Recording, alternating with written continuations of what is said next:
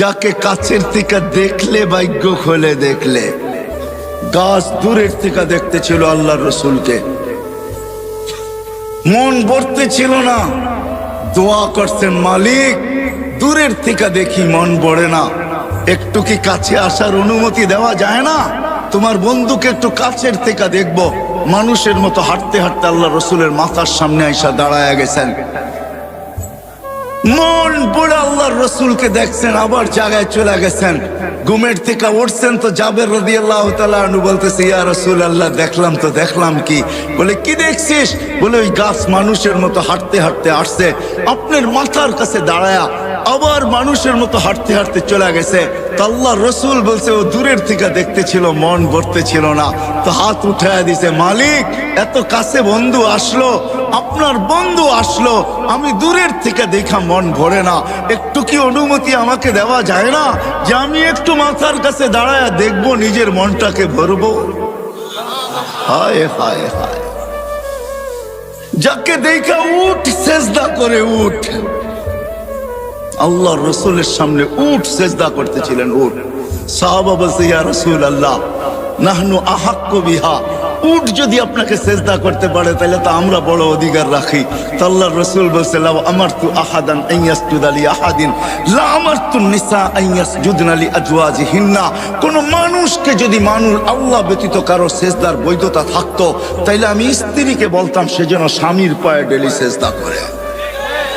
না না, উঠ করছে বিদায় তোমরা করতে পারবে তা হবে না, তোমাদের সেজদা একমাত্র আল্লাহর জন্য হবে। হায় আমি কতটুকু বুঝাবো আর। হালিমা সাদিয়া যখন উঠছেন আল্লাহর রসুলকে গাদার উপরে নিয়া, তো যাইতেছিলেন নিজের এলাকার দিকে, গাদা ঘুরা গেছে বাইতুল্লাহর দিকে, ঘুরা এক সেজদা লম্বা, দ্বিতীয় সেজদা আরো লম্বা, তৃতীয় সেজদা আরো লম্বা। গাদাকে জিজ্ঞাসা করছে হালিমা, আরে এত লম্বা লম্বা সেজদা, সবাই চলে যেতেছে, আমি যাব না। আমি সেজদা দিব না তো দিব না কেন? আমি সেজদা ওই আল্লাহকে দিব না তো দিব না কেন যে আল্লাহ দুজাহানের বাদশার জন্য আমার পিঠকে নির্বাচিত করছে। আমি সেজদা দিব না তো দিব কে? ওই মুহাম্মাদুর রাসূলুল্লাহ। ও যুবক, তোমার পায়ে হাত রেখা বুঝাইতেছি, আসো, জীবনটাও ছোট, অস্তিত্বটাও ছোট। আল্লাহ মুকুট দিছেন হাজারো, সম্পর্কগুলাই এক একটা মুকুট, আর উদ্দেশ্য মালিককে পাওয়া, আর পাওয়ার জন্য সহজ পদ্ধতি মুহাম্মাদুর রাসূলুল্লাহ। একটা ক্যারিয়ার ধরেই বসে থাকেন, একটা। আমি প্রমাণ দেখাইতেছি। আপনারা ইয়ামান যান নাই, আপনার ওয়াইস কুরনির নাম জানেন, ওয়াইস কারনি এটার নাম জানেন, ঠিক না? কিন্তু আপনারা করণ চিনেন না। আমি চিনি করণ, আমি 4 বার গেছি, 4 বার ইয়ামানে। কয়বার? টানা 4 বার গেছি। আমি জানি করণ থেকে মদিনা দূরে তো দূরে কতটুকু, আমি জানি মদিনা দূরে কতটুকু। অবেস আল্লাহর রসুলের জামানায় ছিলেন, সাহাবী হইতে পারেন নাই। অবেস সাহাবী হবে তো হবে কি কইরা? মাকে রাইখা যাবে তো রাইখা যাবে কার কাছে? মাকে ঘুম পাড়াবে তো ঘুম পাড়াবে কে? মাকে খাওয়াবে তো খাওয়াবে কে? ঘুমের থেকে উঠাবে তো উঠাবে কে? মার গোসল করাবে তো করাবে কে? মার সেবা করবে কে? অবেস মাকে ছেড়া যান নাই, কেননা এটাও আল্লাহর রসুলের আদর্শের একটা আদর্শ যে মা আর বাবা, এটাও আল্লাহর রসুলের একটা আদর্শ। অবেস মাকে ধরা পড়া ছিল, সাহাবী হওয়ার সুযোগ পায় নাই, একটা আদর্শকে ধরা পড়া ছিল। বিদায় আল্লাহ অবেসকে চমকাইছে এতটুকু, বলছে বন্ধু অবেস সাহাবী হইতে পারে নাই, কিন্তু আমি আপনাকে বলতেছি বইলা যান, যে অবেসকে পাবে সে যেন আপনার উম্মতের জন্য অবেসের হাত দুটা উঠাইতে বলে, কেননা অবেস হাত উঠাইতে দেরি, আমরা কবুল করতে দেরি করি না। কেননা অবেস আপনার একটা আদর্শ নিয়ে পড়া আছে, মা মা মা, মাকে ছেড়া যাব তো যাব কি করে? একদিকে সাহাবিয়ার টানতেছে, একদিকে আল্লাহর রসুলের দিদার টানতেছে, একদিকে সাহাবী হওয়ার কি সৌভাগ্যকে নেওয়া টানতেছে, আরেকদিকে বলতেছে মা নবীর আদর্শ রেখা যাইতো যাই কি কইরা সাহাবী হইতে পারেন না। আল্লাহর রাসূল বলছে ওমর কেউ পাবে না কিন্তু তুমি পাবে, আলী কেউ পাক আর না পাক তোমরা দুইজনে পাবে। যখনই অবেশকে পাবে তো বলবে আমাদের জন্য যেন হাত উঠায়া দেয়, আমার উম্মতের জন্য যে হাত উঠায়া দেয়, আর তোমাদের জন্য দোয়া করায় নিবে। আর রাখো আমার এই জুব্বা, অবেশকে পাইলে আমার জুব্বা অবেশকে পড়ায়া দিও। এক আদর্শ নিয়েছিলেন। চলেন, এটা এত আশ্চর্যজনক না। আশ্চর্যজনক তো সামনেরটা। অবেশকে যেদিন মার সেবার বদলা দিবে আল্লাহ, জান্নাতের গেটে দাঁড় করায় দিবে। অবেশ যখন জান্নাতে ঢুকতে থাকবে তো আল্লাহ থামায়া দিবে আর বলবে অবেশ আজকে জান্নাতি দোজখী সবাইকে আমি দেখাইতে চাই, তুমি যে আমার নবীর একটা আদর্শ নিয়ে পড়া ছিলা, সাহাবী হইতে পারো নাই, তাবেই হইছো, ওই মার সেবার বদলা আজকে জান্নাত জাহান্নাম সবাইকে দেখাবো। কি দেখাবেন? তো আল্লাহ ঘোষণা দেয় অবেশ জাহান্নামে যার উপরে তুমি আঙ্গুল উঠাবে তোমার আঙ্গুলের ইশারায় তাকে আমি জান্নাতে দিব। অবেশ আঙ্গুল উঠাইতে থাকবে, কাতারে কাতার জান্নাতে যাইতে থাকবে। আল্লাহর রাসূল আরবের এক কবিলার নাম নিছেন যে এই কবিলার সমপরিমাণ লোক জান্নাতে যাবে। কসম খোদার, আল্লাহর রাসূলের একটা ক্যারিয়ার ধরা পড়া থাকে, একটা আদর্শ ধরা পড়া থাকে, একটা আদর্শ, একটা ক্যারিয়ার, একটা লাইফ স্টাইল নিয়ে পড়া থাকো যুবক। কসম খোদার, এটা তোমাকে জান্নাতে নিবেই নিবে, নিবেই নিবে, নিবেই নিবে। আমি যুক্তি দিয়া বুঝাইলাম হাদিস, আর আর হবে না কেন? আল্লাহর রাসূল এই উম্মতের জন্য হারিসুল লাকাদ জাআকুম রাসূলুম মিন আনফুসিকুম আজিজুন আলাইহি মা আনিতুম হারিসুম বিল মুমিনিনা রাউফুর রহিম। ওই নবী যিনি আরশে যে আমাদেরকে বলেন নাই, সারা জীবন কাঁদতে কাঁদতে কাঁদতে কাঁদতে একদিনের জন্য চোখের পানি শুকায় নাই। নাইলে জিবরিল মিকাইল কোনোদিন মিথ্যা বলতো না। জিবরিল মিকাইল দুজন জিজ্ঞাসা করছেন মা জালা আরাকা তাবকি, যখনই দেখি আপনার চোখে পানি কেন টলটল করে? বলছে যেদিন থেকে জান্নাত জাহান্নাম দেখা আসছি ওদিন থেকে চোখের পানি থামে না। যে সারা জীবন চোখের পানি ঝরাইছেন, মৃত্যু লগ্নে যখন যাইতেছেন তখনও চোখের পানি ঝরতে ছিল। জিবরিল আলাইহিস সালাম জিজ্ঞাসা করছেন আনতা ইলা রাফিক তাবকি আনতা ইলা রাফিকিল আলা আল্লাহু ইয়ান্তাযিরুক। এখনো কাঁদেন? আল্লাহ আপনার অপেক্ষায় অপেক্ষমান। উপর জগতে খুশির বন্যা চলতেছে, এখন বন্ধু বন্ধুর সাথে আইসা মিলবে, এই জন্য সমগ্র জগতে খুশির হুল্লোড় চলতেছে। আর আপনার চোখে পানি কেন? আপনি তো এখন আল্লাহর সান্নিধ্যে যাবেন, আপনার জন্য ঊর্ধ্ব জগতে খুশির বন্যা বইতেছে। সমগ্র জগৎকে সাজানো হয়েছে আজকে বন্ধু বন্ধুর সাথে চিরদিনের জন্য সাক্ষাৎ করাবে। আপনার চোখে পানি কেন? বলছে জিবরিল ফামান লিবাদিলি উম্মতি, এক প্রশ্ন এখনো বাকি, আমার পরে উম্মতকে দেখা রাখবে কে? নারায়ণগঞ্জের মানুষ এখানেই শেষ না, কবর থেকে কানতে কানতে উঠবে ওহুয়া ইয়াকুম ওয়া ইয়াবকি ওয়া ইয়াকুল জিবরিল আইনা উম্মতি। উঠবে আর কাঁদবে আর বলবে আমার উম্মত কোথায়, আমার উম্মত কেন রিসিপশনে আসে নাই? যখন মাকামে মাহমুদে নিয়ে যাওয়ার জন্য উঠানো হবে, মাকামে মাহমুদে যায় ও হাত রাইখা বলবে বসবো না। আল্লাহ বলবেন কেন বসবেন না? বলে আমার উম্মতকে, পিপাসিত উম্মতকে আমি বসলে পানি পান করাবে তো কে করাবে? আমি তো দুনিয়াতে বইলা আসছি মাওয়াইদুকুমুল হাউজ, উম্মতকে কানে কানে বইলা আসছি সাক্ষাৎ হাউজে কাউসারে সর্বপ্রথম হবে, আমি নিজের হাতে তোমাদেরকে পান করাবো। ঠোঁট উম্মতের হবে, হাত আমার হবে, আমি লাগায়া পান করাবো আর বলবো লা তাসমান বাদাহা আবাদা, আর কোনোদিন পিপাসা তোর কাছে আসবে না। এই পানি কে পান করাবে?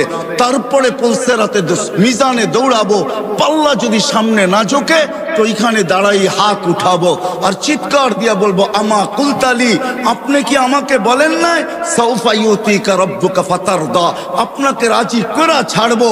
আমার উম্মতের পাল্লা সামনে ঝোঁকে না, আমি রাজি হব তো হব কি কইরা? এরকম ভাবে সুপারিশ করা পাল্লা সামনে ঝুঁকাবো, আবার ছুটবো পুলসেরাতে। কেউ ওইখানে ফাইসা গেল কিনা? যদি ফাইসা যায় থাকে তো দুরুদের গাঠি নিজের মাথায় কইরা নিব, উম্মতের মাথায় রাখবো, যেগুলো আমরা দুনিয়াতে আজকে পড়তেছি, আর দুরুদের গাঠি দিয়া বলবো ফা বুরু সালিমিন, যাও তুমি শান্তির সাথে পার হয়ে যাও। আমি বসবো না।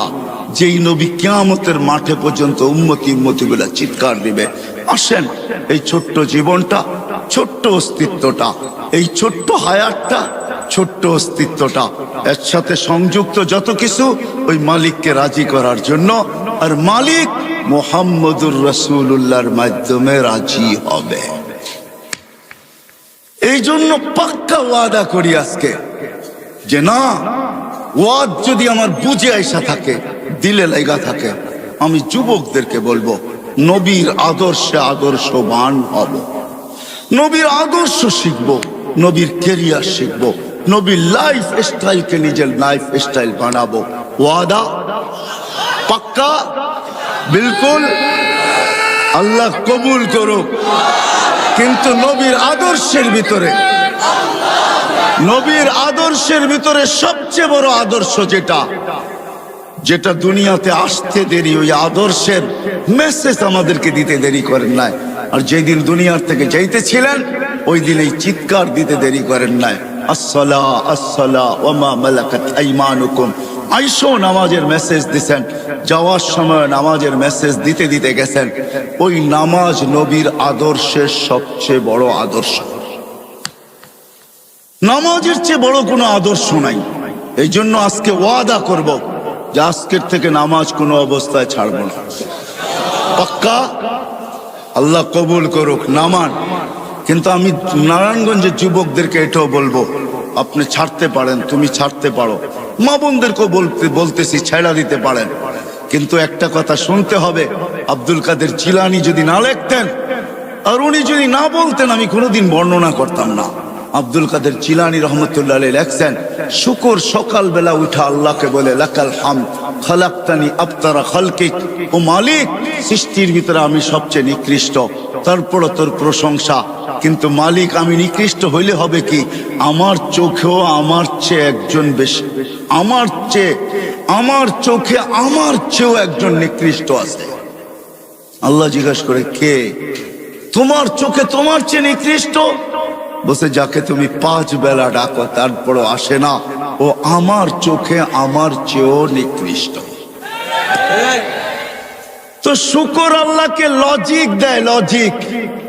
কেননা আমি মরবো, একদিন আসবে আমি মাটি হয়ে যাব, কিন্তু যাকে তুমি 5 বেলা ডাকো আর ও আসে না, উকুদুহান নার, ও তো জাহান্নামের ইন্ধন হবে। বিদায় ও আমার চোখে আমার চেয়েও নিকৃষ্ট। বিদায় আমি সবার কাছে হাত জোড় দরখাস্ত করতেছি, যতদূর আমার আওয়াজ চায়, যে আমার কথা শোনা থাকে বা শুনতেছে, আপনি নামাজ ছেড়া দিতে পারেন। যুবক তুমিও পারো, নারী মা বোন আপনারাও পারেন, কিন্তু বাইবা নিবেন, শুকরের চোখে আমি যাব তো যাব কোথায়?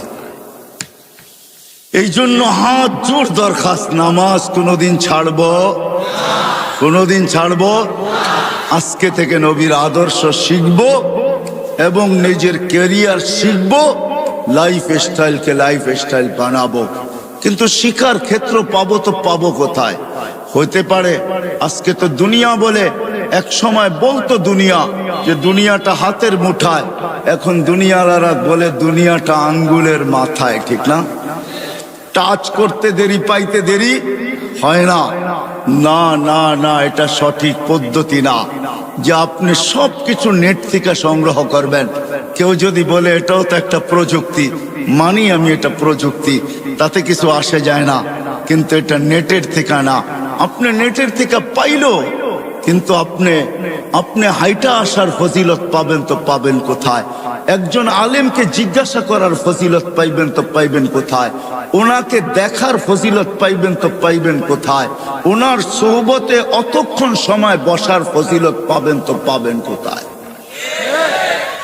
সময় নাই আমার, নাইলে আমি দেখাইতাম যে এক একটা কত ফজিলত রাখে। চলেন একটাই শুনানি। জান ওলামা আছে, কিতাবের নাম বলে দিতেছি, লুবাবুল হাদিস আলা কাউলিল হাসিস, জালালউদ্দিন সুয়ুতি রহমতুল্লাহ লেখা, ইবনে মাজাহ শরীফ সিয়াসাত, তার এক কিতাব। আল্লাহর রসুল এটাও বলছেন যে হক্কানি আলেমদের জিয়ারত করলো সে যেন আমার জিয়ারত করলো। আরেক রিওয়ায়াতে আছে হাইয়ান, আমাকে জীবিত দশায় দেখলে যেরকম জিয়ারত হতো ওরকম জিয়ারত যেন তার সওয়াব সে পাবে। বিধায় আপনি নেটের থেকে এটা পাবেন তো পাবেন কোথায়? ঠিক না? কই পাবেন? এই জন্য শেষ কথা, আসেন এতগুলা মসজিদের উলামায়ে কেরাম আপনাদেরকে জমা করছেন আর সবাই হক্কানি আলেম, এদের কাছ থেকে নবীর জিন্দেগি শিখি, লাইফ স্টাইল শিখি, আল্লাহকে রাজি করি, মনের আশা আল্লাহ পুরা করবে, এটা আল্লাহর ওয়াদা। কেননা আল্লাহ ওইখানে যদি পুরা করে, মা তাস্তাহি বলছেন আল্লাহ কোরআনে, মা তাস্তাহি আনফুসুকুম, মনটা এইখানেও যেরকম ওইখানে ওরকমই থাকবে। বোঝা গেল মনের আশা আল্লাহ পুরা করবে। আল্লাহ আমাদের সবাইকে আমল করার তৌফিক দান করেন। ওমা আলাইনা ইল্লাল বালা। আমাদের অস্তিত্বটাও ছোট, 6 ফিট 6.5 ফিট, এটা হলো আমাদের অস্তিত্ব। 7 ফিটের খুব কমই লোক এখানে পাওয়া যাবে যারা একত্রিত হয়েছি। মনে হয় না কেউ 7 ফিট হবে, বেশির থেকে বেশি 6.5 ফিট, 6.25 ফিট। তো অস্তিত্বটাও কিন্তু আমাদের ছোট। আমার কথা বোঝেন তো? সুর কিন্তু হবে না, এটা আগের থেকেই বুঝা বসতে হবে যে খুব সুর হবে। সুর আমার কাছে নাই, কোত্থেকে দিব? বিদায় এরকম কথা হবে, দিলের কানে শুনলে আশা করি বুঝে আসবে। অস্তিত্বটা আমাদের অনেক ছোট, 6 ফিট 6.5 ফিট 6.25 ফিট, কিন্তু 7 ফিট খুব কম। আবার যারা একটু বেশি লম্বা হয় এরকম লোকের সংখ্যা খুব কমই। যেমন অস্তিত্বটা ছোট, এরকম আমাদের বয়সটাও ছোট, 60-70 বছর। অস্তিত্বটা ছোট ছিল, যদি বয়সটা একটু ছোট হইতো তাইলেও হয়তো মনটাকে বুঝাইতে পারতাম যে অস্তিত্বটা ছোট কিন্তু বয়সটা অনেক বড়। কিন্তু অস্তিত্ব যেমন ছোট, বয়সটাও তেমনই ছোট। 60-70 বছর এটা একটা বয়স হইল, কি বলেন? দেখতে দেখতেই তো 15টা বছর কেটে যায়, তারপরে যা প্রাপ্ত বয়স্ক হয়। তাহলে অস্তিত্বটা যেরকম ছোট, আমাদের বয়সটাও তেমনই ছোট। কিন্তু অস্তিত্ব ছোট, বয়স ছোট হইলে হবে কি? তাতে কিছু আসে যায় না। এই ছোট্ট জীবনটা কিন্তু, আর এই ছোট্ট অস্তিত্বটাকে আল্লাহ শত না হাজারো মুকুট দ্বারা সাজাইছেন। মুকুট বুঝেন? মাথায় মুকুট পড়ে না, আল্লাহ কিন্তু মুকুট দ্বারা সাজাইছেন।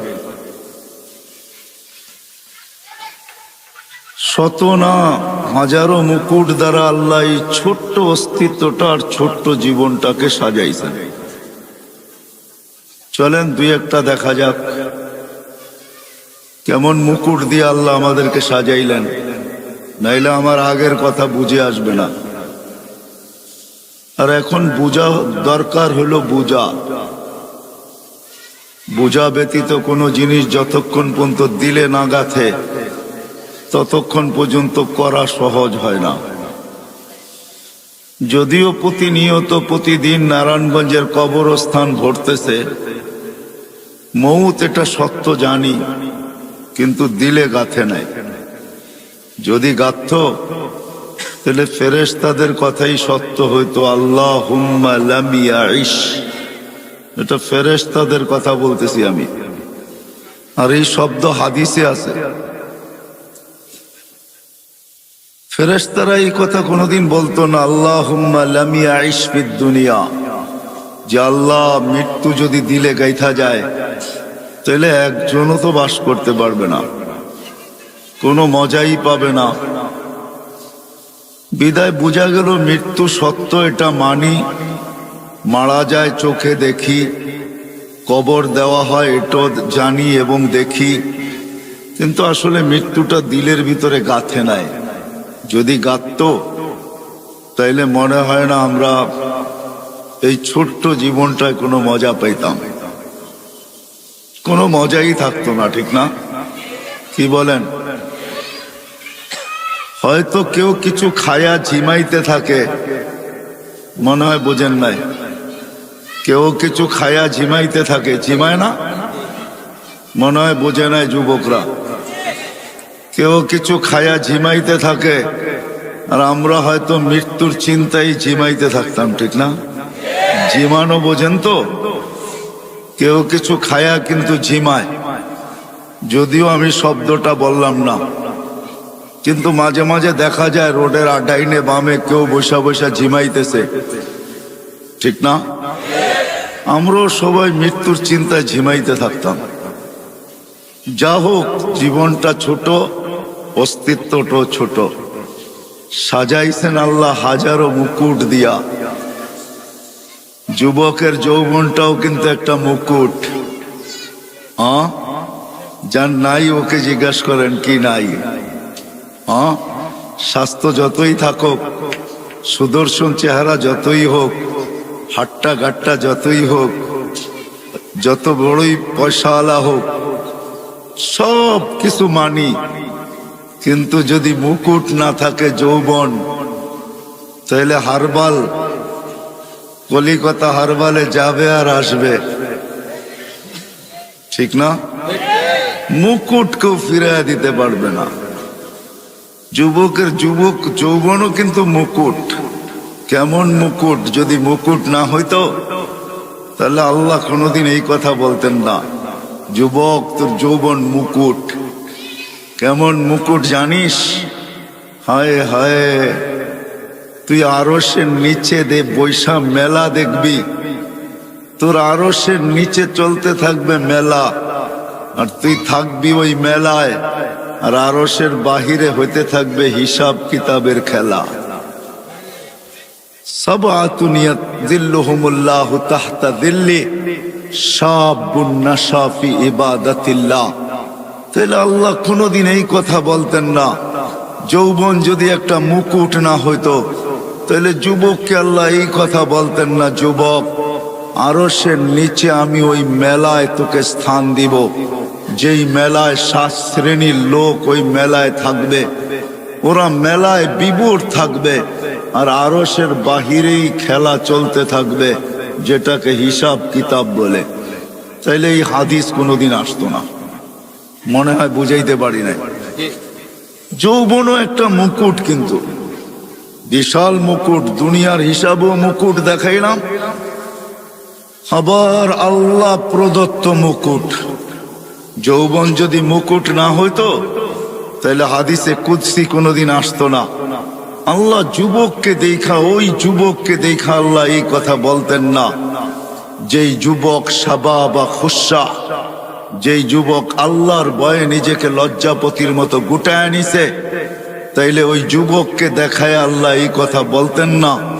ফেরেশতাদেরকে এই কথা কোনোদিনও শুনাইতেন না, ইন্নী উবাহি বিহিল মালাইকা, ও ফেরেশতারা, আমি এই যুবককে নিয়ে তোমাদের উপরে গৌরব করি। এই শব্দ আল্লাহ কোনোদিন বলতেন না। যৌবনও একটা মুকুট। এরকম যদি দেখাইতে যাই, কোরআনের ওই কথা তো রয়েই গেল, ওয়ালাকাদ কাররামনা বনি আদম। আল্লাহ বলে শ্রেষ্ঠত্বের মুকুট তোর মাথায়। কোরআন বলতেছে শ্রেষ্ঠত্বের, তুই ছোট হইলে হবে কি? কেননা তুলনা করতে গেলে আমার কাছে সময় হবে না যে আমরা অস্তিত্বগতভাবে কতটুকু ছোট। জিবরিল আলাইহিস সালামের সাথে তুলনা চলবে না আমাদের, কেননা ফাইদা রাসুহু ফাওকা সাবঈ সামাওয়াত, উনার মাথা 7 আকাশের উপরে, রিজলুহু তাহতাস সারা, পাও 7 জমিনের নিচে, সিত্তুমিয়াতু জানা, 600 ডানা, লাউ কাশাফা জানাহাই লাগাত্তাল মাশরিক ওয়াল মাগরিব, 2 ডানা প্রসারিত করলে 2 সীমান্ত ঢেকা যায়। ওটার সামনে তো আপনার আমার কোনো তুলনাই নাই। বিধায় ওনাকে দিয়ে আমাদেরকে তুলনা করলে চলবে না। কোনো পার্সেন্টেজ নাই। জমিনেরটা দিয়ে আমাদেরকে তুলনা করতে হবে। জমিনেরটা দিয়ে তুলনা করতেও যদি যাই, তাহলে পাওয়া যায় সুলাইমান আলাইহিস সালামের দাওয়াতে যে মাছ আসছিল সর্বপ্রথম, উনি জমিনের প্রাণীকে একবেলা খাওয়াইতে চেয়েছিলেন, অনুমতি আল্লাহ দিয়া দিছিলেন। উনি 6 মাস বৎসর বড় পাকায়া যখন রেডি করছেন, আল্লাহকে বলছেন মেহমান পাঠান। তো আল্লাহ বলছে জল না স্থল? বলছে জল আগে পাঠান, স্থলের মানুষগুলা তো বাড়ির মানুষই, ওরা পরে খাবে না। তো আল্লাহ জলের থেকে একটা মাছ পাঠায়া দিছিলেন, শুনছিলাম। মাছ এসা সালাম দিয়া বলছে আল্লাহর নবী, আজকে তো আপনারই মেহমান। বলে বিলকুল। বলে খাওয়া রেডি? বলে বিলকুল রেডি। তো খাইতে শুরু করছেন, যা পাকাইছেন 1 বছর পর্যন্ত জিন ইনসান দিয়া সব খাইছেন। যেই পাতিল দিয়া পাকাইছেন ওগুলা খাইছেন, যত বর্তন সর্তন পেয়ালা শেয়ালা যত চামচ চুমচ সব খাইছেন, এমনকি চাটাই পর্যন্ত খায়া ফেলছেন। সব খায়া যেমন পাকানের আগে পরিষ্কার ছিল এমন পরিষ্কার করে দিছেন। তো সুলাইমান আলাইহিস সালাম বলতেছিলেন এমন পেটুক তো দেখি নাই। তো বলছে আল্লাহর নবী মেহমানকে এরকম ভাষায় বলা উচিত না, অন্য কেউ যদি বলতো তো মেনা নিতাম, কিন্তু আপনি আল্লাহর নবী হইয়া এরকম বললেন, তো বললেন কি কইরা? বিদায় আপনি যখন খোঁচা মাইরাই দিলেন, তো আমি সত্য বলতে বাধ্য হইলাম। আল্লাহ আমাকে ডেলি এরকম 3 লোকমা দেয়, আপনি তো 1 লোকমা দিলেন, বাকি 2 লোকমার জায়গা এখনো খালি আছে। তাকে দিয়েও কিন্তু আমরা তুলনা করলে হবে না। একটা হাতি দিয়েও যদি তুলনা করি, তার তুলনায় আমরা বহুত ছোট, ঠিক না? বিদায় অস্তিত্বটা আমাদের ছোট, কিন্তু অস্তিত্বটা ছোট, আবার বয়সটাও কিন্তু ছোট। অস্তিত্ব ছোট, কসম খোদার আমাদের বয়সটাও ছোট। কিন্তু হইলে কি হবে? এই অস্তিত্ব আর বয়সের উপরে হাজারো মুকুট লাগানো আছে, মুকুট। গণাইতে গেলে বা দেখাইতে গেলে সারাটা রাত্র কেন জীবনটা চলে যাবে। যদিও আমরা এগুলাকে কখনো অ্যানালাইসিস করি না, ভাবি না, চিন্তা করি না যে আমার অস্তিত্বটা কত বড়, আমার অস্তিত্ব এবং আমার এই ছোট্ট বয়সটা। আর এই যে হাজারো মুকুট দিয়ে আল্লাহ আমাকে সাজাইলেন, এটা দিলেন তো দিলেন কেন? কি জন্য দিলেন আল্লাহ? এই কথা কিন্তু আমরা ভাবি খুব কম লোকই। মনে হয় না এই মজলিসে একজনও পাওয়া যাবে না। আমি মুকুট দেখাইলে অনেক দেখানো যাবে, সবগুলোই কিন্তু এক একটা মুকুট, বিশাল বিশাল মুকুট। সৃষ্টির ভিতরে শ্রেষ্ঠত্ব দিলেন আপনাকে, এটাও একটা মুকুট। কুদরতি হাত দিয়া তৈরি করলেন, এটাও একটা মুকুট। না মুকুট না, 9 মাস সময় নিয়ে 10 মাস সময় নিয়ে তৈরি করলেন। আয় আমি তো বলতে বাধ্য, আল্লাহ আল্লাহ সবচেয়ে বড় ম্যাজিক। আল্লাহ ম্যাজিশিয়ান। আল্লাহ সবচেয়ে বড় ম্যাজিক হলো আপনি আর আমি। মানুষের চেয়ে বড় কোনো ম্যাজিক নাই। ছোট্ট একটা উদাহরণ দিলে বুঝে আসবে কিনা জানি না। যদি এই ময়দান কেন, বাংলাদেশের বিশাল থেকে বিশাল ময়দান যদি নেওয়া হয়, আর সমগ্র দুনিয়ার চোখের ডাক্তারদের যদি ডাকা হয়, আর সবার সামনে যদি একটা ছোট্ট প্রশ্ন রাখা হয় যে 100 বৎসর আপনাদের গবেষণা চলতেছে ছোট্ট একটা চোখ নিয়া, আপনি গবেষণায় কতটুকু অগ্রসর হইলেন আর কতটুকু অগ্রসর হওয়া বাকি আছে, তাইলে কসম খোদা সারা দুনিয়ার ডাক্তার এই কথা বলবে। সারা দুনিয়ার ডাক্তার এই কথা বলবে যে গবেষণা করতেছি এটা জানি, কিন্তু কতটুকু পৌঁছতে পারলাম আর কতটুকু বাকি আছে, সারা দুনিয়ার ডাক্তার বলবে এটা আমাদের জানা নাই। যে আল্লাহ ছোট্ট একটা চোখে এরকম ম্যাজিক ফিট করতে পারে, ওই আল্লাহ কিরকম? ছোট্ট একটা চোখে এতটুকু ম্যাজিক যে সারা দুনিয়ার চোখের ডাক্তার যদি আনা হয়, সারা দুনিয়ার চোখের ডাক্তারকে যদি আনা হয়, আর যদি বলা হয় যে গবেষণা করতে করতে 100 বৎসর হয়ে গেল, আরো বেশি 200-400 বছর বললেও কম হবে না। আপনি কোন সিদ্ধান্তে পৌঁছলেন? হায় হায়, আল্লাহ সবচেয়ে বড় ম্যাজিক দেখাইছেন মানুষের ভিতরে। সবচেয়ে বড় ম্যাজিক মানুষ, ম্যাজিশিয়ান আল্লাহ। কে ম্যাজিক দেখাইছেন? কে? আল্লাহ। বিদায় আসল কথার দিকে চলে আসি, সময় লম্বা করা যাবে না, এই জন্য আসল কথার দিকে চলে আসি যে এই ছোট্ট অস্তিত্ব আর এই ছোট্ট জীবন, এই ছোট্ট অস্তিত্ব আর এই ছোট্ট জীবনের উপরে হাজারো মুকুট, শত না হাজারো মুকুট দেখানো যাবে। হায় হায়, আমাদের সুস্থতাটাও একটা মুকুট। যদি সুস্থতা মুকুট না হইতো তাহলে হাদিসের এই শব্দ কোনোদিন আসতো না। সুস্থতা যদি মুকুট না হইতো, কি আওয়াজ নাই?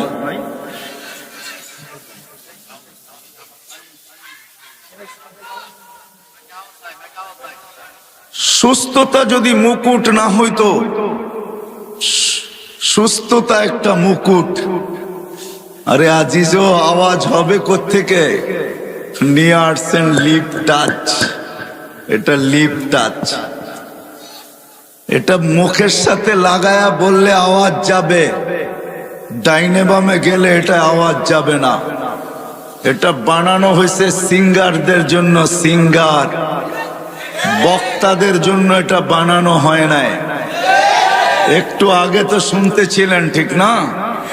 কেননা মুখের সামনে নিয়ে বলতে থাকলে খুব ভালো শুনবেন। এটার নামই হইল লিপ টাচ। ঠোঁটের সাথে লাগায়া বলতে হবে। আমরা সিঙ্গার না, আমরা সিঙ্গারের অপেক্ষায় আছি যে আল্লাহ জান্নাতে সুপার সিঙ্গার দেখাবে, ওটার অপেক্ষায় আছি। আমরা সিঙ্গার না।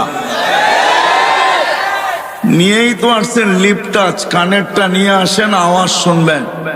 ডাইনে গেলে বামে গেলে এটা আওয়াজ টানে না।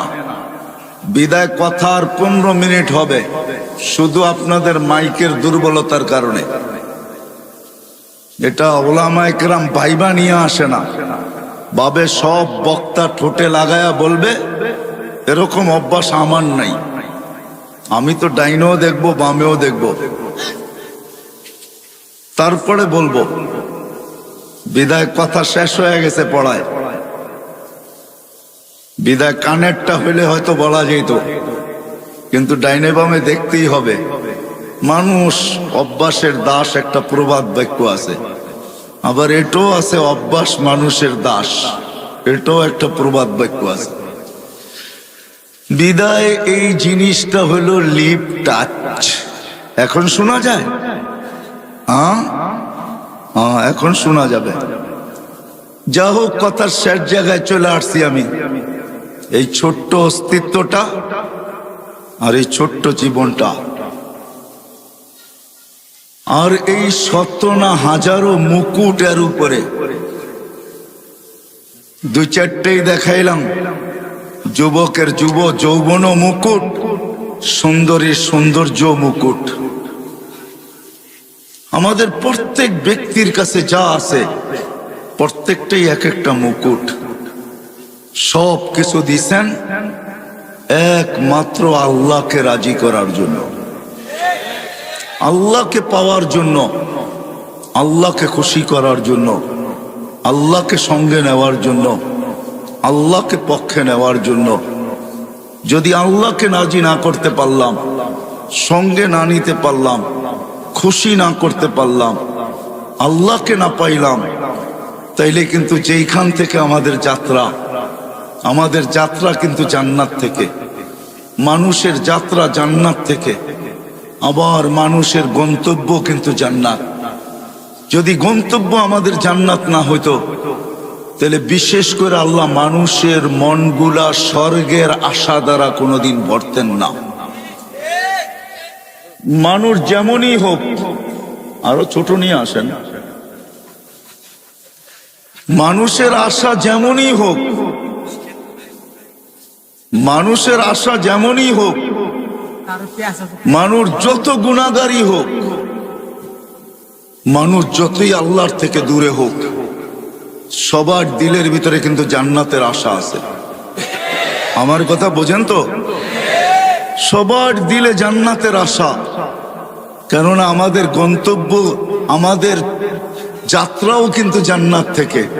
আমাদের বাবা প্রথম জান্নাতেই ছিলেন, যদিও আমরা জান্নাত থেকে বাহির হয়ে আসছি, কিন্তু আমাদের গন্তব্য জান্নাত। যার কারণে গুনাহগার থেকে গুনাহগারও কোনো না কোনো পর্বে এই কথা বলে যে জান্নাতে যাব, জান্নাতেই যাইতে চায়, স্বর্গেই যাইতে চায়, নরকে কেউ যাইতে চায় না, জাহান্নামে কেউ যাইতে চায় না। বিদায় আল্লাহ জান্নাতের আশা দিয়ে আমাদের দিলটা ভরা দিছেন।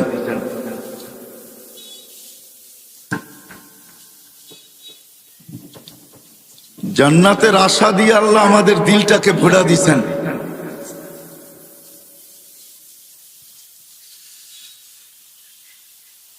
আইলা তো আইলা, হগলতের বাদে আইলা।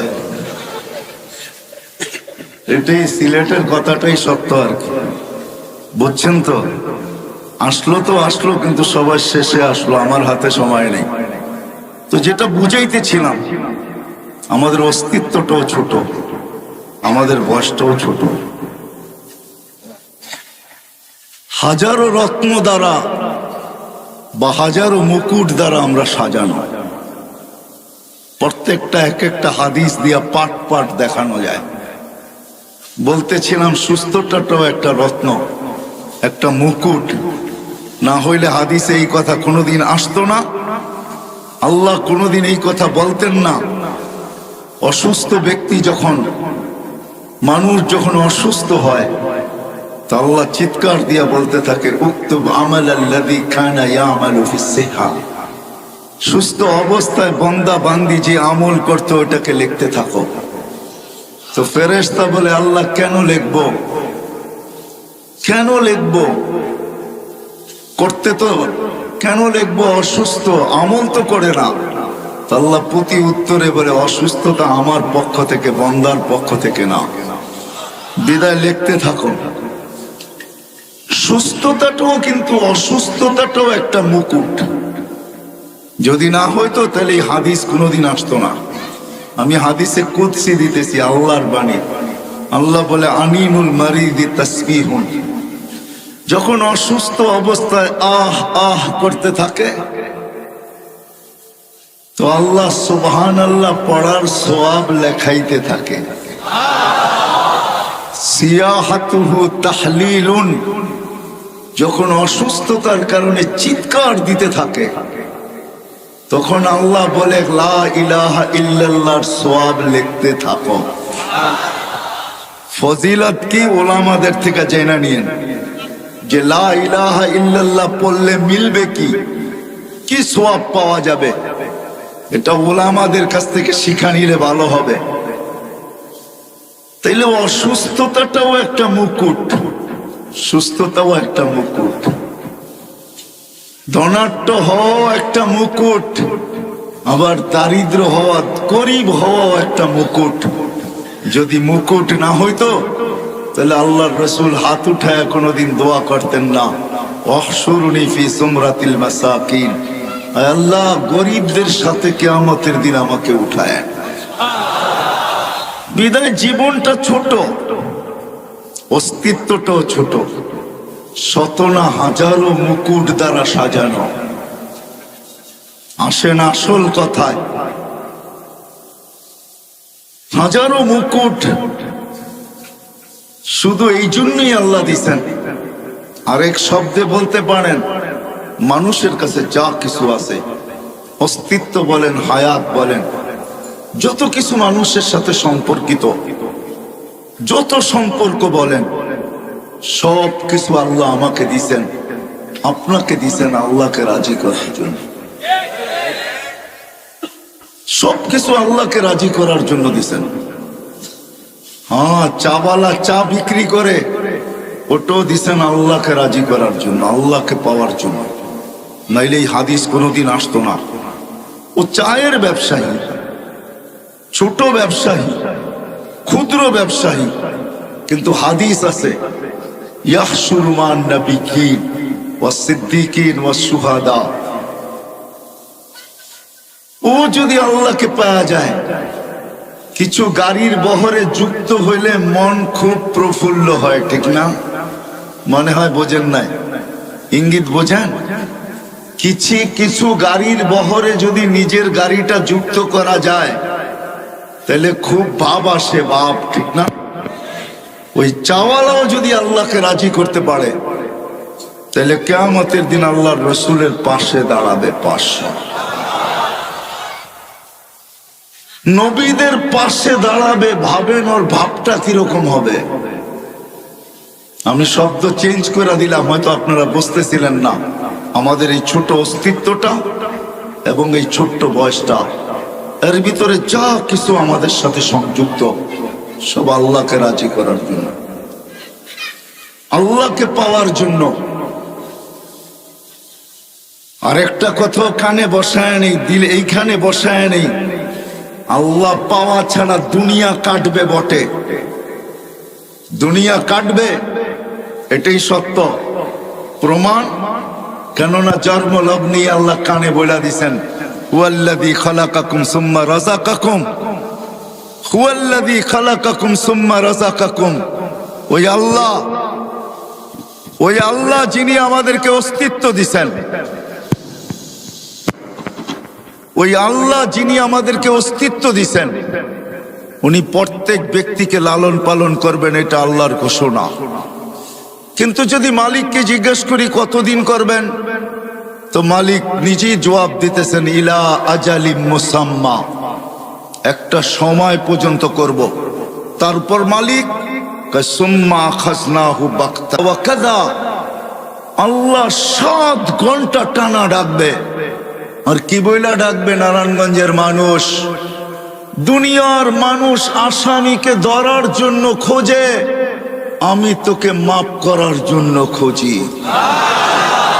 দুনিয়ার মানুষ শাস্তি দিয়া মজা পায়, আমি মাফ করা মজা পাই। দুনিয়ার মানুষ শাস্তিতে অভ্যস্ত, আমি মাপে অভ্যস্ত। দুনিয়ার মানুষ শাস্তিকে ভালোবাসে, আমি মাফ করাকে ভালোবাসি। দুনিয়ার মানুষ শাস্তিকে ক্রেডিট মনে করে, আমি মাফ করাকে ক্রেডিট মনে করি। এই শব্দ দিয়া 7 ঘন্টা ডাকবে। বলেন এখানে কয়জন আছি আমরা? এটা শব্দ দিয়া যথেষ্ট। কয়টা শব্দ? কয়টা? সুবহানাল্লাহ একটা শব্দ, আলহামদুলিল্লাহ একটা শব্দ। উলামাদেরকে জিজ্ঞাসা করেন সুবহানাল্লাহ আলহামদুলিল্লাহ তামলাউ মা বাইনাস সামাই ওয়াল আরদ, সৌরজগৎ গড়া যায়, কিন্তু সমগ্র সৃষ্টি মিলে গুনাহ দিয়া ভরা যাবে না। কিন্তু আল্লাহ বলে ওয়ালাউ বালাগাত যুনুবুকা ইনানাস সামা, তুই একাও যদি ভরা দিস, আর শুধু ভরিস নাই, আকাশ ভেদ করে যদি উপরও চড়ায় দিস, তুই মাপ চাইতে দেরি, আমি মাফ করতে দেরি করব না। ওয়ালা উবালি, আমার পরোয়া হবে না, আমি তাকায় দেখবো না তুই কত গুনাহ করছিস। শুধু 5 টাইম ডাকে না, 5 টাইম আল্লাহ আমাদেরকে ডাকে না। ওইখান থেকে বাহির হয়ে গেছি। যদি আল্লাহ আমাদের মতনই হইতেন, বাধ্য করতেন, হায় হায়, তাহলে 5 টাইম, সাথে 7 ঘন্টা রাত্র, এই শীতের রাত্রে 7 ঘন্টা আল্লাহ ডাকবে আর কেউ আসবে না, এটা কোনোদিন সম্ভব ছিল না। ছিল? আল্লাহকে কি আল্লাহ শুধু আল্লাহ? আল্লাহকে রফা আসসামা বিগাইরি আমাদ, আল্লাহ উনি যিনি খুঁটি ছাড়া আকাশকে দাঁড়া করাইছেন। আল্লাহ কে? বাসাতাল আরদা আলা মাইল জামাদ, যে পানির উপরে জমিনকে বিছাইছেন। আল্লাহ কে? জাআলাল জিবালা আওতাদা, যে পাহাড়কে প্যারাক বানায় দিয়েছেন, উনি আল্লাহ। শুধু পাহাড়কে প্যারাক বানান নাই, 99টা পদের মালিক যিনি আল্লাহ, উনি ডাকে। কিন্তু কিন্তু সাড়া দেয় তো দেয় কয়জন? কয়জন আমরা সাড়া দেই? আল্লাহ কিচ্ছু বলেন না, কেন আল্লাহ জানেন সীমা রেখা তোমাকে দেওয়া আছে, আসতে দেরি, তোমাকে উঠাইতে দেরি করব না। বিদায়ী ছোট্ট অস্তিত্ব আর ছোট্ট জীবনটা, এর সাথে সংযুক্ত যা আছে সব দিছেন মালিককে রাজি করার জন্য। যতক্ষণ পর্যন্ত মালিক রাজি না হবে তো গন্তব্য আমাদের যাত্রা যেখান থেকে আর মনে আসা যেটা, ওই জান্নাত কোনোদিন পাওয়া সম্ভব হবে না। বুঝাইতে পারলাম? এতটুকু বুঝে আসলো? দুনিয়া কেটে যাবে, আবারও বলতেছি দুনিয়া কেটে যাবে, আল্লাহ না পাইলেও কেটে যাবে। 750 কোটি মানুষের ভিতরে 600 কোটি মানুষই আল্লাহকে মানে না, জানে না, চিনে না। তারপরে ওদের জীবন কেটে যেতেছে, আজকে না মানলেও কেটে যাবে। কিন্তু কালকে যে মৃত্যু, এরপরে 1 সেকেন্ডও আল্লাহ পাওয়া ছাড়া কাটবে না। কসম খোদার কাটবে না, এটাই সত্য। বিদায় সব সম্পর্ক আল্লাহ পাওয়ার জন্য, আল্লাহ পাওয়ার জন্য আল্লাহ দিছেন। এই অস্তিত্বটাও আল্লাহ পাওয়ার জন্য, ছোট্ট জীবনটাও আল্লাহ পাওয়ার জন্য, এর সাথে সংযুক্ততা যত জিনিস আছে সব আল্লাহ পাওয়ার জন্য। কিন্তু একটা ছোট্ট প্রশ্ন, আল্লাহ পাবো তো পাবো কি করে? আল্লাহকে তো চোখে দেখা যায় না যে আমি আল্লাহ পাবো। আল্লাহর কথা তো শোনা যায় না যে আমি আল্লাহ পাবো। আল্লাহকে তো ধ্যান ধারণায় আনা যায় না, আল্লাহকে তো আঁকা যায় না। আল্লাহ কিরকম? মানুষ ব্যঙ্গচিত্র দুনিয়াতে অনেক আঁকছে, আরো না জানি দুনিয়া যতদিন থাকবে কত ব্যঙ্গচিত্র আঁকবে, কিন্তু আজ পর্যন্ত মনে হয় কারো কলমে আল্লাহর কোনো চিত্র উঠে আসে নাই। সত্য তো? ব্যঙ্গচিত্র মানুষ বহুত আঁকছে, আরো বহুত আঁকবে, হইতে পারে আঁকতে পারে, আমার এটা নিয়ে কোনো সে নাই, আলোচ্য বিষয় না। কিন্তু আজ পর্যন্ত আল্লাহর কোনো আলোকচিত্র আসে নাই, কোন চিত্র কেউ আঁকতে পারে নাই। এটাই আল্লাহকে ধ্যান ধারণায় আনা যায় না, বর্ণনা দিয়া শেষ করা যায় না। শেষ করবেন কি করে? দুনিয়ার পদগুলা সীমিত, আল্লাহর কোনো পদের সীমা রেখা নাই। কোন আলেম বলতে পারবে না আল্লাহ তো আল্লাহর জাতি নাম, এটা আল্লাহ, এটা পার্সোনাল নাম, এটা আল্লাহর পদ না, এটা হলো জাতি নাম আল্লাহ। পদ সামনে বলতেছি, রহমান এটা হলো আল্লাহর একটা পদ, আল্লাহর একটা সিফত। এটা শুরু কোথায় শেষ কোথায় দুনিয়ার কেউ জানে না, এমনকি জিবরিলও জানে না, মিকাইলও জানে না, ইসরাফিলও জানে না, মালাকুল মউতও জানে না, হামিলিনে আরশও জানে না, কোন নবী জানে না, কোন রসুল জানে না, এমনকি মুহাম্মদুর রাসূলুল্লাহ পর্যন্ত জানেন না। কোন আলেমও বলতে পারবে না যে এটা শুরু কোথায় শেষ কোথায়, বলা যাবে?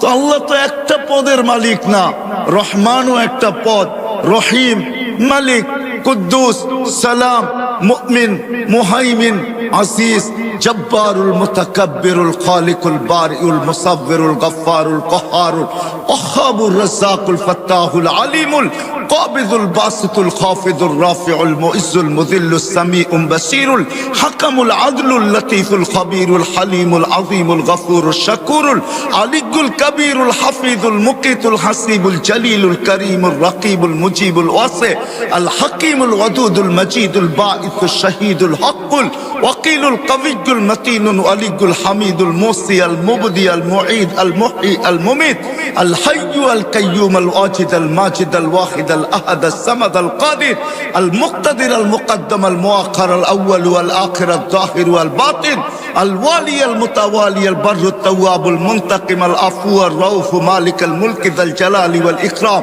আল মুকসিত ওয়াল জামি ওয়াল গানিয়্যু আল মুগনি আল মানি আল দার আল নাফি আল নূর আল হাদি আল বদি ওয়াল বাকি আল ওয়ারিস ওয়াল রশিদ আস সাবুর। 99টা পদের মালিক আল্লাহ।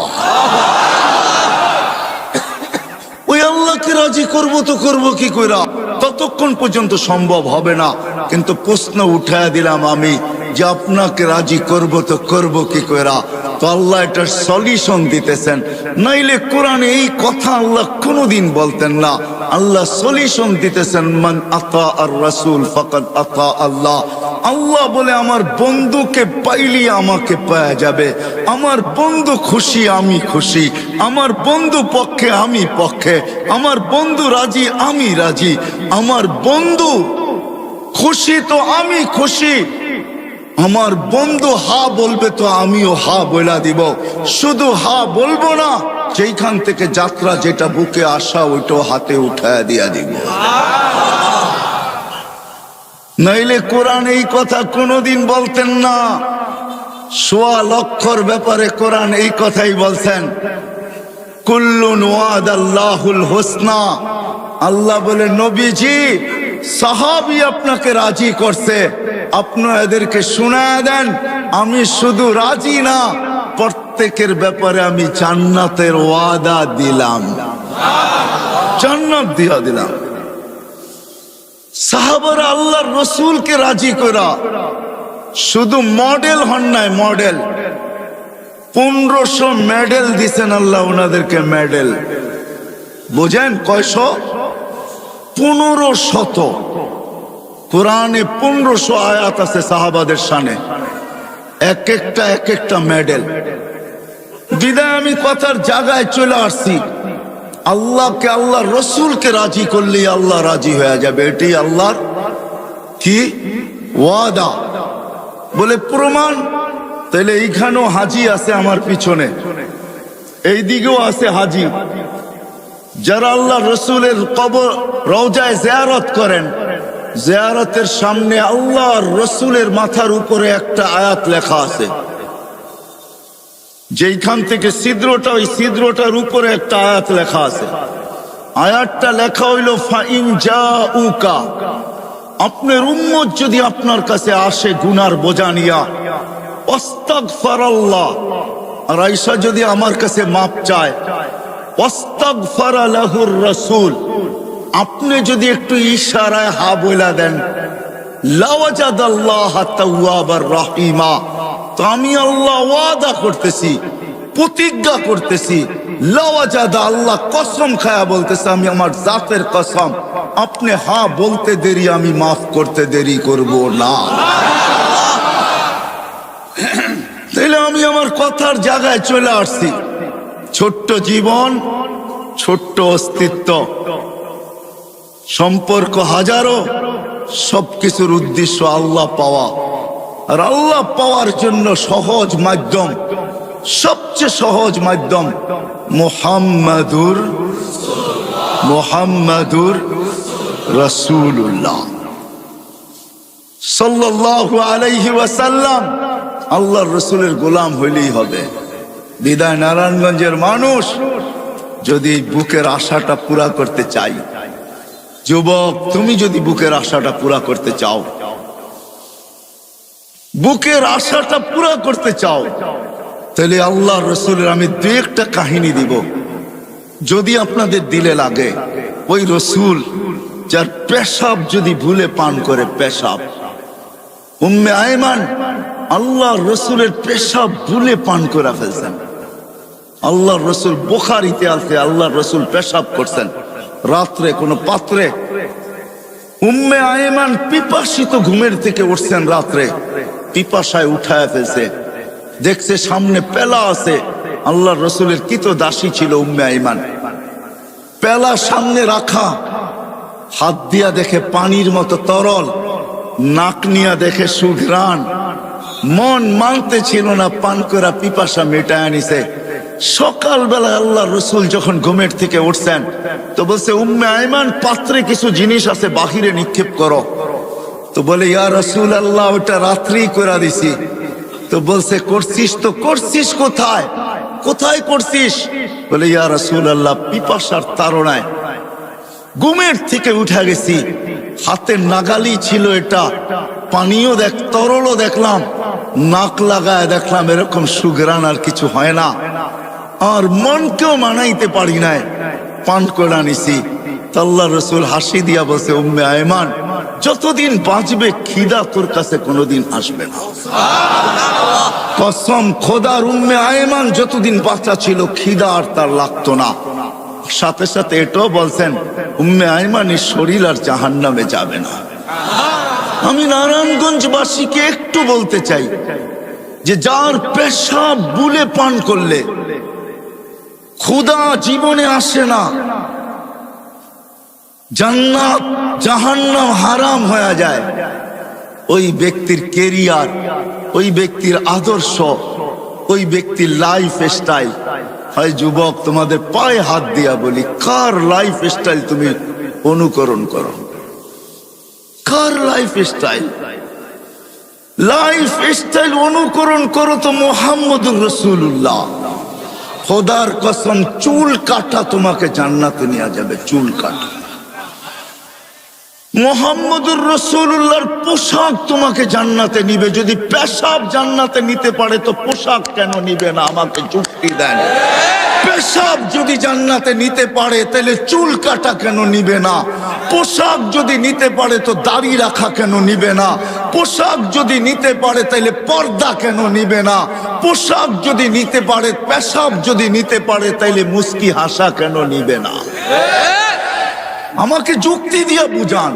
লজিকের দুনিয়া, আমিও লজিক দিব, আপনিও লজিক দেন। আমি লজিকে বিশ্বাসী।